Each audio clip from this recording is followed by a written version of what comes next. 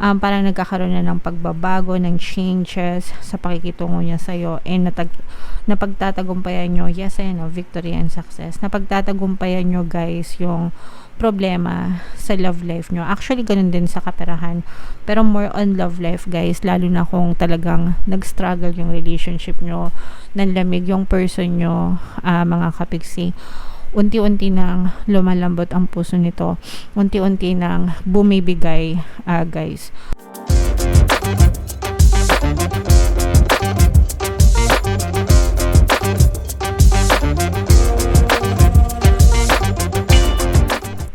Hello guys, hello Scorpio, welcome back to Pinay Pixie Tarot.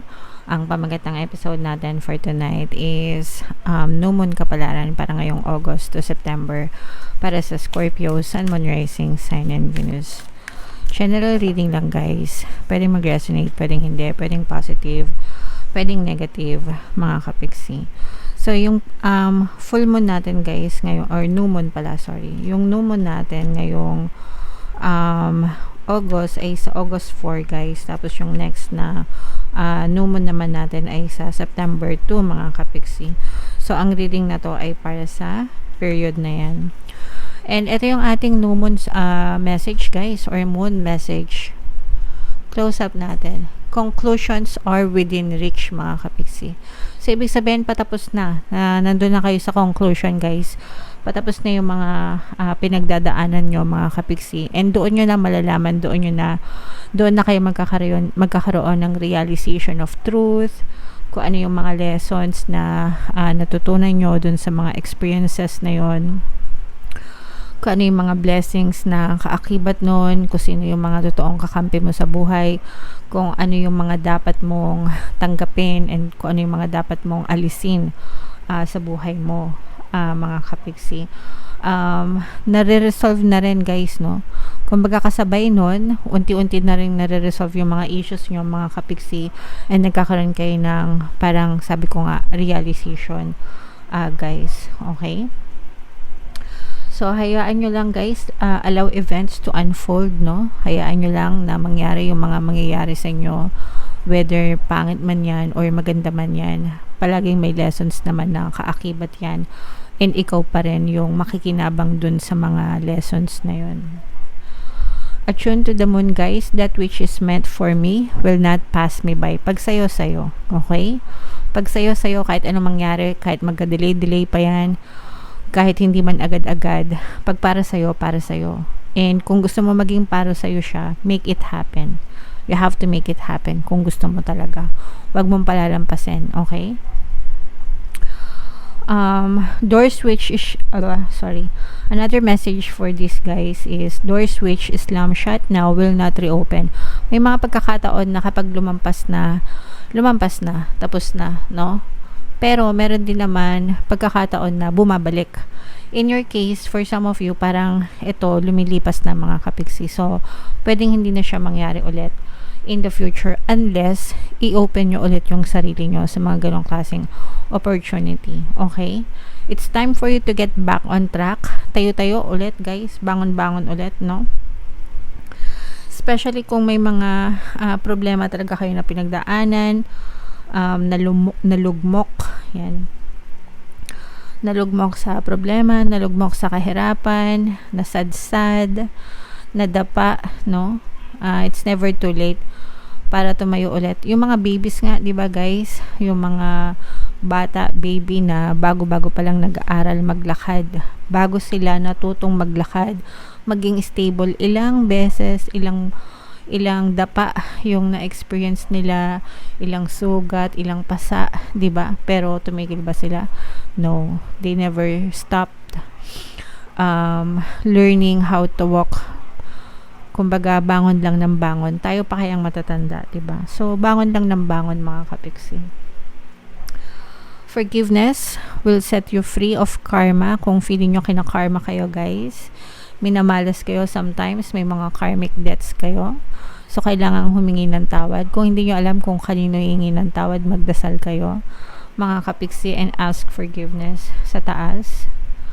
Meditation, pranayama, pranayama, and yoga nidra are all recommended right now. Yung simpleng pagme-meditate mga kapiksi, nire-recommend yan para kumalma kayo, mag-subside yung momentum of thoughts nyo, kumalma kayo. Pag kalmado yung isip nyo, kalmado din yung energy nyo mga kapiksi. Seed control and let events unfold. Hindi nyo makakontrol yung mga bagay-bagay, yung mga sitwasyon sa buhay nyo.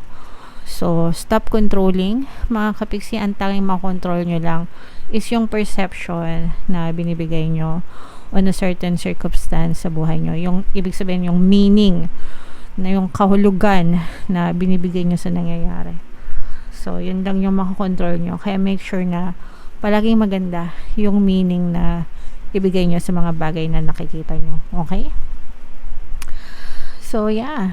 Comment down below, Scorpio, if feeling nyo naka-resonate kayo dyan. Tingnan natin yung ganap sa inyo, guys, ngayong new moon season. Shuffle ko to, guys. Habang sinashuffle ko to, panoorin nyo muna yung video natin regarding sa ating paano mag-manifest ng abundance video course.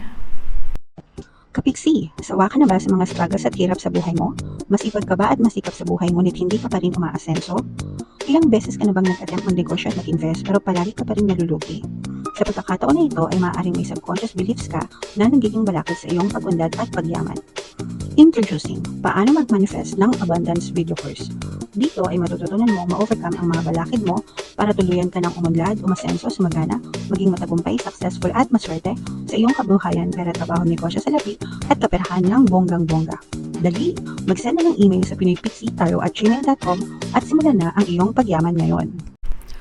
Alright, so sa lahat ng gusto mag-avail ng course, guys, meron tayong bagong promo for August. Magbibigyan ako ng free 3-in-1 subliminal, pampaswerte sa buhay, pampaswerte sa love life, at saka pampaswerte sa pera, worth 1,500 yung freebie na yan. So i-avail nyo na, guys, sobrang ganda talaga.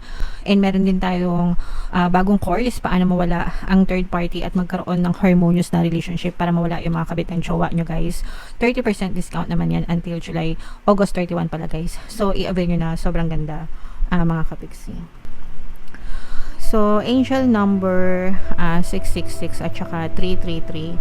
Mga kapiksi, check nyo yung ibig sabihin yan. Baka may additional na mensahe sa inyo.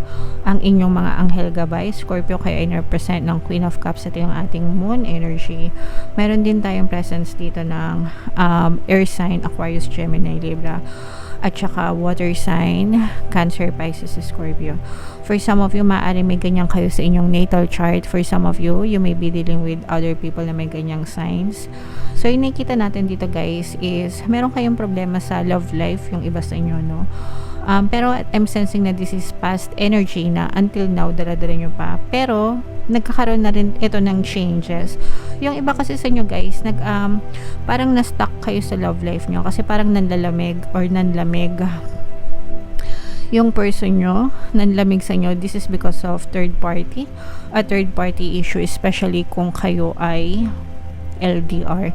Pero kahit hindi kayo LDR, guys, pwedeng na-experience nyo to, no? Parang nagkaroon kayo ng problema sa love life, nanlamig sa inyo yung person nyo, pero nakikita natin, guys, na unti-unti nang natutunaw yung malamig na puso at saka yung matigas na puso nitong person mo. And nakikita natin na parang nagkakaroon na ng pagbabago, ng changes sa pakikitungo niya sa'yo, and napagtatagumpayan nyo, yes, ayun, victory and success. Napagtatagumpayan nyo, guys, yung problema sa love life nyo. Actually, ganun din sa kaperahan. Pero more on love life, guys, lalo na kung talagang nag-struggle yung relationship nyo, nanlamig yung person nyo, mga kapiksi. Unti-unti nang lumalambot ang puso nito. Unti-unti nang bumibigay, guys.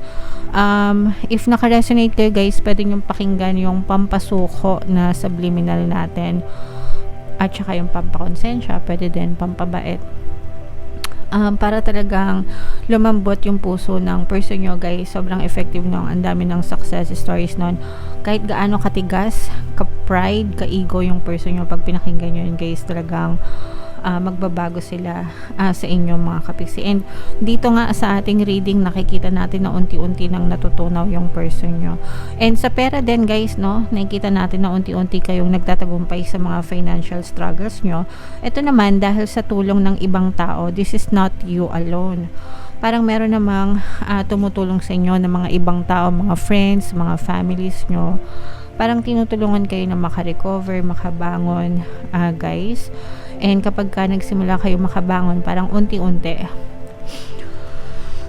Kagaya nga nung example na sinabi ko kanina, 'di ba, yung mga baby, kapag nadapa, bumabangon ulit. So, parang ganun din yung nangyayari sa inyo, guys. Unti-unti kayong nakakabangon. Hindi pa naman agad-agad na 100% okay na kayo, pero nandun na yung nakakabangon. Yun yung importante kasi, guys, nakakabangon. Okay?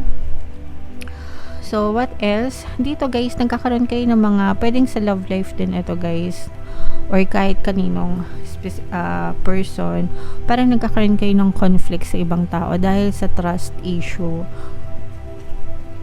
mga kapiksi. Parang itong person na to, this may be a very toxic person. Matabil ang dila, mga kapiksi. Parang masakit magsalita itong person na to. Pwedeng ano din to, guys, kasamahan sa trabaho or amo mo. Baka yung amo nyo, guys, especially sa mga OFW natin na mga helpers, or kahit hindi kayo OFW, parang masakit magsalita yung mga boss nyo, yung mga amo nyo, na tumitimo talaga sa isip nyo, sa puso nyo, parang tumatagos siya. And nakakapag-isip na kayo, mga kapiksi, na maghanap ng trabaho sa iba, lumabas, maghanap ng employer, ng ibang employer, or maghanap ng ibang company, kasi parang yung iba medyo nasasakal kayo sa toxicities, at saka parang hindi kayo, parang ginawan kayo ng hindi maganda nito. Lalo na kung parang may ninakaw, credit grabber, yan, na experience nyo na ba yun, guys? Yung credit dapat para sa'yo, inagaw ng ng boss mo, or inagaw ng ibang kasamahan mo sa trabaho. So, parang ganun. Kaya medyo nawawala na kayo ng tiwala. At saka parang meron din kayong sikreto na shinare dito, tapos parang shinare niya sa iba. So, parang nawalan kayo ng tiwala, mga kapiksi. Okay? Pagdating sa workplace, workplace is a workplace, mga kapiksi, no? Hindi yan friend place. Para makapag-friends kayo. O, syempre, kailangan na tayong makisama, dahil kasama natin sila araw-araw. Pero iba pa rin yung friends sa totoong buhay kesa dun sa workplace. Pag sinabing workplace, nandyan kayo para magtrabaho, hindi para makipagkaibigan, hindi para makipag-what or whatever. They are not your friends. They are your co-workers, your colleagues. Okay? So, you have to filter. Kailangan mo pa rin mag-filter, mga kapiksi, because hindi mo alam, 'di ba, kung kailan kayo ma-backstab or what. So, kailangan mo pa rin mag-ingat, kapiksi. Alright?